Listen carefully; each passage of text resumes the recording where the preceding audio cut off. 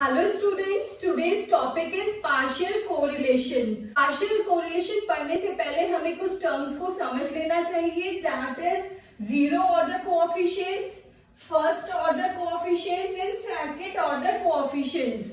Simple correlation में हम study करते हैं टू वेरिएबल्स की। इसमें एक वेरिएबल होता है हमारा डिपेंडेंट और दूसरा वेरिएबल होता है हमारा इंडिपेंडेंट।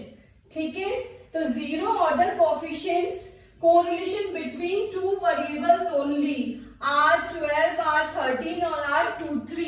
इससे इसको हम डिनोट करते हैं। No variables are held constant, कोई भी वेरिएबल इसमें कांस्टेंट नहीं होता है। लाइक R12 में एक तो है आपका डिपेंडेंट वेरिएबल और एक है independent variable. That is your simple correlation.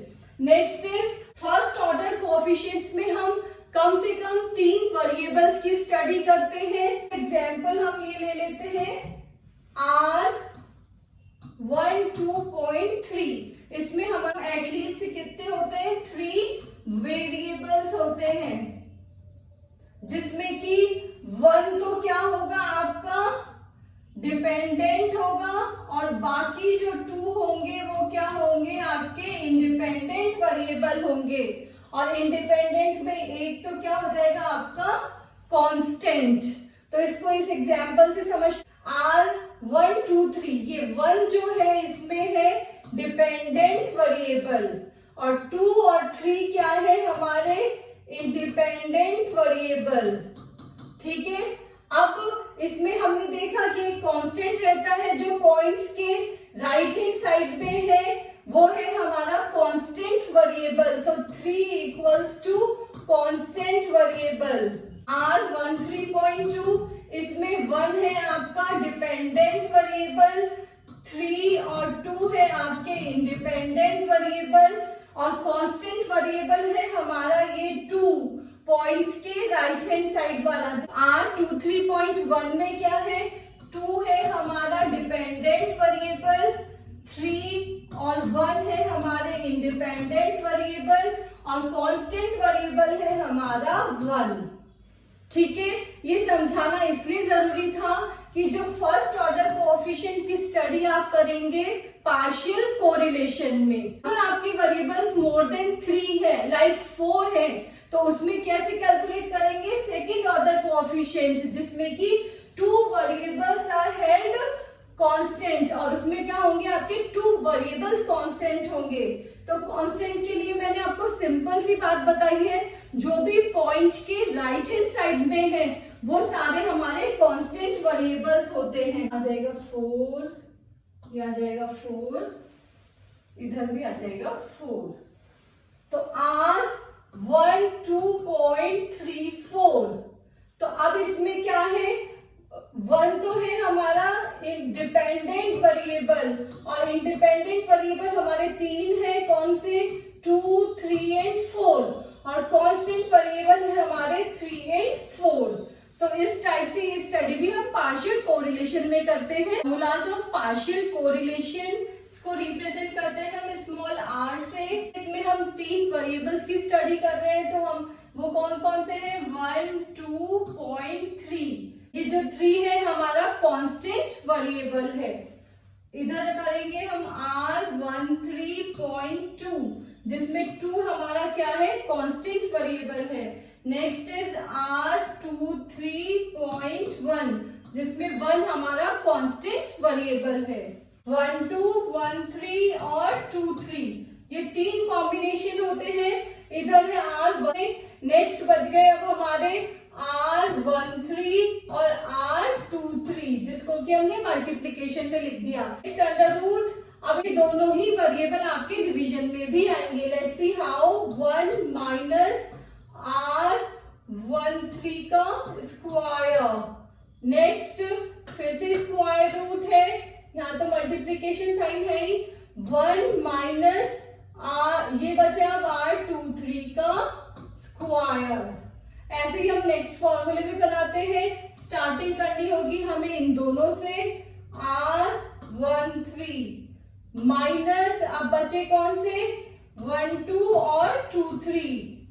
तो R12 और R23, ठीक है। फाइनली अब स्क्वायर रूट आएगा आपके दोनों जगह, इन दोनों का 1 माइनस, अब ये वाला वेरिएबल आ जाएगा आपका R12 का स्क्वायर, 1 माइनस, अब ये वाला आ जाएगा आपका R23 का स्क्वायर। नेक्स्ट ऐसे ये वाला फॉर्मूला होगा R23 minus R12 multiply by R13, फिर है स्क्वायर रूट दोनों जगह, अब यही दोनों वेरिएबल नीचे आ जाएंगे, 1 माइनस R12 का स्क्वायर, 1 माइनस R13 का square. This is the formula of partial correlation. Now we will solve the questions. इस वीडियो में हम कर रहे हैं डायरेक्ट क्वेश्चन सॉल्व, जिसमें कि आपको डायरेक्ट R12 की, R13 की और R23 की वैल्यूज गिवन है, ठीक है। मेरा एक वीडियो भी है जिसमें कि आपको x और y और z वेरिएबल्स गिवन होंगे। इनिशियली सबसे पहले आप कैलकुलेट करेंगे सिंपल कोरिलेशन, इसमें कैलकुलेट करना है आपको R12, R13 और R23, ठीक है। इसके बाद में आप करेंगे partial correlation and multiple correlation, R12.3, R1.23.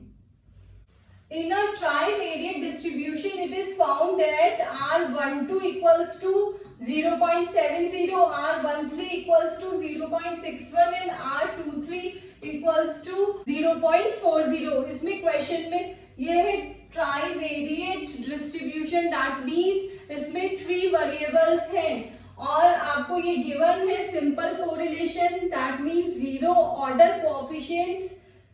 Find the value of R23.1 and R13.2, that means इसमें कांस्टेंट वेरिएबल कौन सा है, 1 हमारा कांस्टेंट है और इसमें 2 हमारा कांस्टेंट है, ठीक है।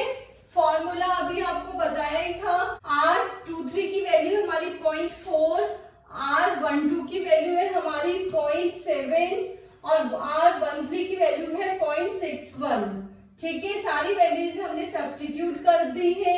सबसे पहले हमें इसका स्क्वायर फाइंड आउट करना है, स्क्वायर फाइंड आउट कर लिया है हमने, इसका आ गया है 0.49, इसका आ गया है 0.3729, इसको 1 माइनस 0.49 करेंगे और देयर आफ्टर 1 माइनस 3721 करेंगे, इनको माइनस करेंगे तो हमारी वैल्यू आ जाएगी 0.51, इधर आ जाएगी 0.6279, इनको मल्टीप्लाई करके स्क्वायर रूट फाइंड आउट किया तो आया 0.566 और ऊपर वाली वैल्यूज को भी आपने माइनस कर दिया तो ये वैल्यू आ रही है। फाइनली हमारा आंसर आ गया है 0.048, ये आया है नेगेटिव में। नेक्स्ट फाइंड आउट करना है हमें 13.2, इसमें कि ये तो है हमारा कांस्टेंट वेरिएबल। अब इसमें सारी वैल्यूज हमने सब्स्टिट्यूट कर दी, वैसे ही है, पहले स्क्वायर सॉल्व करना है आपको, फिर इस पूरे को आपने सॉल्व कर लिया तो वैल्यू आ गई आपकी, ये इनको माइनस कर दिया, 0.33 डिवाइडेड बाय 0.65 इक्वल्स टू 0.504, ये प्लस में है, दैट मीन्स पॉजिटिव कोरिलेशन है। Next question is the following 0 order correlation coefficients are given, वही है 0 order, that means simple correlation, R12 है 0.98, R13 है 0.44, R23 है आपका 0.54। अब आपको पार्शियल कोरिलेशन निकालना है किसके बीच में, फर्स्ट और थर्ड वेरिएबल के, 1 और 3 के बीच में। सेकंड को आपको कांस्टेंट रखना है, दैट मींस 13.2 आपको कैलकुलेट करना है, 2 रहेगा आपका कांस्टेंट। देखिए यहाँ पे हमने लिख दिया है R13.2, फॉर्मूला लिख दिया, R13 की वैल्यू है हमारी 0.44, R12 की वैल्यू है आपकी 0.98, R23 की वैल्यू है 0.54। पहले दोनों को मल्टीप्लाई कर लिया, फिर इसको माइनस कर लिया। अब इधर स्क्वायर सॉल्व करेंगे इसका, फिर कर देंगे 1 माइनस 0.964, 1 माइनस 0.2916, ये आपका स्क्वायर रूट पूरे पे आ रहा है, इसका स्क्वायर रूट निकाल लिया आपने तो वैल्यू आ गई आपकी 0.1676 और ऊपर आ रही है हमारी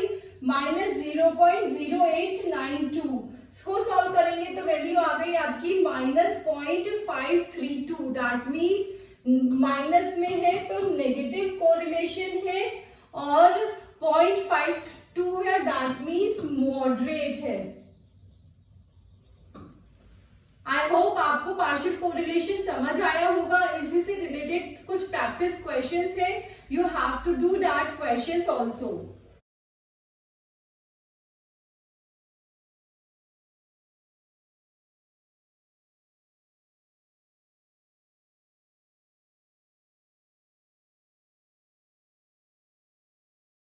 If you have any problem in solving the assignment questions, you can comment me.